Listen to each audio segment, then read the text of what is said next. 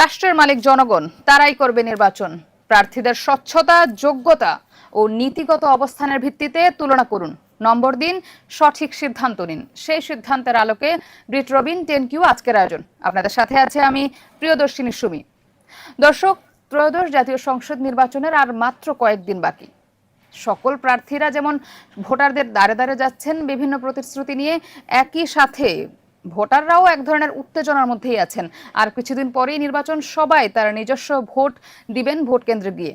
আমাদের আজকের আয়োজনে আছে, আমরা ঝিনাইদহ 3 আসন নিয়ে আজকে একটু কথা বলতে চাই। দর্শক, ঝিনাইদহ 3 আসনে বাংলাদেশ জামায়াতে ইসলামের প্রার্থী হিসেবে আছেন মাওলানা মতিউর রহমান। মাওলানা মতিউর রহমান আছেন ঝিনাইদহ 3 আসন নিয়ে। ঝিনাইদহ 3 আসনটি দর্শক আপনাদেরকে একটু জানিয়ে দিতে চাই। ঝিনাইদহ 3 আসনটি গঠিত কোট, চাঁদপুর এবং মহেশপুর উপজেলা নিয়ে। একই সাথে দর্শক আপনাদেরকে বলতে চাই, নির্বাচন মানে শুধু পোস্টার আর স্লোগান নয়। নির্বাচন মানে জনগণ হিসেবে দেশ গঠনে আপনাদের সকলের স্বতঃস্ফূর্ত অংশগ্রহণ।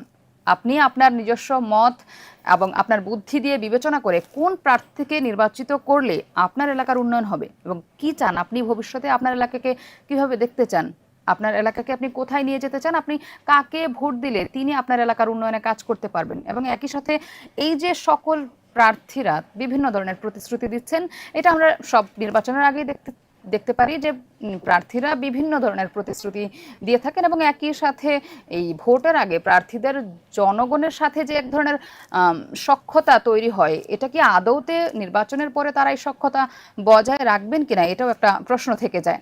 সেই নিয়েই আমরা আজকে কথা বলতে চাই ঝিনাইদহ 3 আসনের বাংলাদেশ জামায়াত ইসলামের প্রার্থী মাওলানা মতিউর রহমানের কাছে। গ্রিট রবিন 10Q 10টি প্রশ্ন রেখেছিল মাওলানা মতিউর রহমানের কাছে। সেই 10টির প্রশ্নে তিনি একজন সংসদ সদস্য কেন হতে চান, হলে তার সংসদ সদস্য হিসেবে পরবর্তী পরিকল্পনা কি, এই সব কিছু নিয়েই আজকের আয়োজন।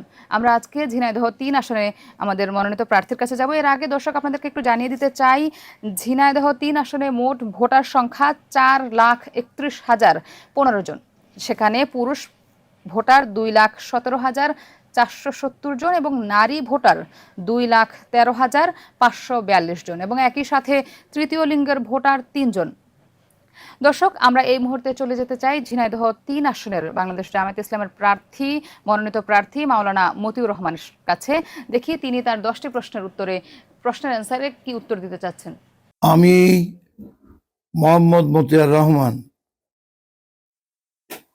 বাংলাদেশ জামায়াতে ইসলামী মনোনীত ঝিনাইদহ 3 নম্বর আসন থেকে আগামী 13তম জাতীয় সংসদ নির্বাচনে সংসদ সদস্য প্রার্থী হিসেবে মনোনীত হয়ে আগামী নির্বাচনী প্রতিযোগিতায় আমি অংশগ্রহণ করছি। আল্লাহ পাকের মেহেরবানিতে ন্যায় ও ইনসাফ প্রতিষ্ঠা, আইনের সুশাসন, ন্যায় বিচার, ইনসাফ প্রতিষ্ঠা, অসহায় বঞ্চিত মানুষের জান মাল জীবন সম্পদ রক্ষায় একজন সংসদ সদস্য হওয়া অতীব প্রয়োজন। তা না হলে পার্লামেন্টে আইন প্রণয়নের যে সুযোগ সুবিধা আছে তার সুযোগটা পাওয়া যায় না। এই জন্য আমি সংসদ সদস্য প্রার্থী হিসেবে লড়াই করছি মানব সেবার লক্ষ্য উদ্দেশ্য নিয়ে। আমার আয়ের মূল উৎস আমি হলফনামায় দিয়েছি। আমি কৃষিজীবী, মৎস্যজীবী, বাগান ও পৈতৃক সম্পত্তি আমার আয়ের মূল উৎস, যা আমি হলফনামায় দিয়েছি। সেখান থেকে সরকার দেখে নিতে পারে। আমি 2001 সাল থেকে 2007 সাল পর্যন্ত 4 দলীয় জোটের আমলে আমি আমার দলের পক্ষ থেকে প্রতিনিধিত্ব করেছিলাম এবং জেলা আইন শৃঙ্খলা কমিটিতে মানুষের অধিকার প্রতিষ্ঠায়, মাদক মুক্ত দেশ গড়া, আইনের শাসন প্রতিষ্ঠায় আমি বলিষ্ঠ ভূমিকা রেখেছিলাম এমনকি জেলা প্রশাসক মহোদয়, পুলিশ সুপার মহোদয় বলতেন যে প্রফেসর সাহেব না থাকলে আমাদের আইন শৃঙ্খলা কমিটির মিটিংটা অতটা মানানসই হয় না। আমি সর্বদা তথ্যভিত্তিক বক্তব্য পরিবেশন করে, আমার এখনো মনে পড়ে যে আমাদের ঝিনাইদহের ডিস্ট্রিক্ট মন্ত্রী সাদেক হোসেন খোকা ভাই এসেছিলেন। সেই মিটিংয়ে 4 জন জাতীয় সংসদ সদস্য উপস্থিত ছিলেন। তন্মধ্য থেকে এমপিরা যখন কয়েকজন, মাস্টার শহীদুল ইসলাম সাহেব এবং শহীদুল ইসলাম বিল্টু, তারা ঐক্যবদ্ধভাবে ডিসিএসপি কে মোটামুটিভাবে অভিযোগ চার্জিং করে কথা বলতেছিলেন। সে সময় আমি বলেছিলাম, I would like to make learned minister of Jhinayadh district, I'd like to draw your kind attention to the fact that our civil administrator, deputy commissioner, I mean DC Mahoday, and police administration, head of the executive police administration, অর্থাৎ police super মহোদয়, they have got the proper excellency, তারা যথেষ্ট যোগ্যতা সম্পন্ন। দয়া করে মেহেরবানি করে আমি সহ এমপি মহোদয় কেউ অন্যায়ের বিরুদ্ধে হ্যালো করবেন না, তাদেরকে প্রপারলি রান করতে দেন। অবশ্যই ঝিনাইদহ জেলার আইন শৃঙ্খলার মান উন্নয়ন হবে ইনশাআল্লাহ। আমি এই কথা বললে ডিসিএসপির হৃদয়ে প্রাণের সঞ্চার হয় এবং তারা বলিষ্ঠভাবে তারা মিনিস্টারের সামনে দেশে কেন দৌড়াতে হয় তা তুলে ধরে। ইসলাম একটি পরিপূর্ণ জীবন বিধান। মুসলিম হিসেবে 100% ইসলামী জীবন বিধানকে আমি বিশ্বাস করি। আমি শয়নে স্বপনে জাগরণে নিদ্রায় সর্ব অবস্থায় ইসলাম হলো আমার জীবন আদর্শ। ইসলামে কোনো কিছু অভাব নেই, এটি কমপ্লিট কোড অফ লাইফ। সুতরাং আমরা ইসলামী বিপ্লবের মাধ্যমেই কেবল আল্লাহর দেওয়া আইন এবং রসুল সাল্লাল্লাহু আলাইহি সাল্লামের রেখে দেওয়া আদর্শ বাস্তবায়নের ভিত্তিতে এমন একটি জাতি আমরা গঠন করতে পারি, যেমন অর্ধেক দুনিয়ার উপরে কালেমার পতাকা উড়িয়েছিল, জাকাতের মাল খাওয়া লোক পাওয়া যায়নি।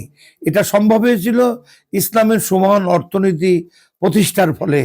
আবার সানা থেকে হাদারাল মাউত পর্যন্ত একটি পরমা সুন্দরী মেয়ে দূর মরুপথ একাকিনী পাড়ি দিয়েছে। আল্লাহ ছাড়া কাউকে ভয় করার প্রয়োজন হয়নি। কোনো ক্ষুধিত পাষাণ যুবক তার পশম স্পর্শ করেনি। এটা একমাত্র ইসলামই দিতে পারে। বিশ্ব মানবতার কল্যাণে ইসলাম যা দিয়েছে, টুয়ার্ডস হিউম্যান সিভিলাইজেশন, মানব সভ্যতার প্রতি ইসলাম যা দিয়েছে দুনিয়ার কোনো মতদর্শ দিতে পারে না। অতএব একমাত্র ইসলাম কায়েমের ফলেই আমরা 1000 বছরের আইনকে উল্টিয়ে দিয়ে খোদাই আইন চালু করে দেশ ও জাতির কল্যাণে আমরা যুগপৎ ভূমিকা পালন করতে পারি। একমাত্র সততা ও জবাবদিহিতামূলক সরকার ব্যবস্থাই কেবল পারে দেশের প্রকৃত উন্নয়ন গড়ে তুলতে। স্থানীয় উন্নয়নটি মৌলিকভাবে সংসদ সদস্যদের উপরে বর্তায় না। তথাপি আমি সততার সঙ্গে জাগ্রত চেতনা নিয়ে সর্বত্রগামী হয়ে মডার্ন টেকনোলজি, সায়েন্স অ্যান্ড ফিলসফিকে ইসলামের আলোকিত শিক্ষা ব্যবস্থার সঙ্গে একত্রিত করে দিয়ে কর্মমুখী শিক্ষা প্রতিষ্ঠান বা কর্মসূচি গ্রহণ করে আমি তরুণ বেকারদেরকে, তরুণ শিক্ষিত সম্প্রদায়কে বেকারত্বের অভিশাপ থেকে মুক্ত করে আমি সর্বতোভাবে উন্নয়নের সুফল পৌঁছে দেওয়ার চিন্তা ভাবনা করি।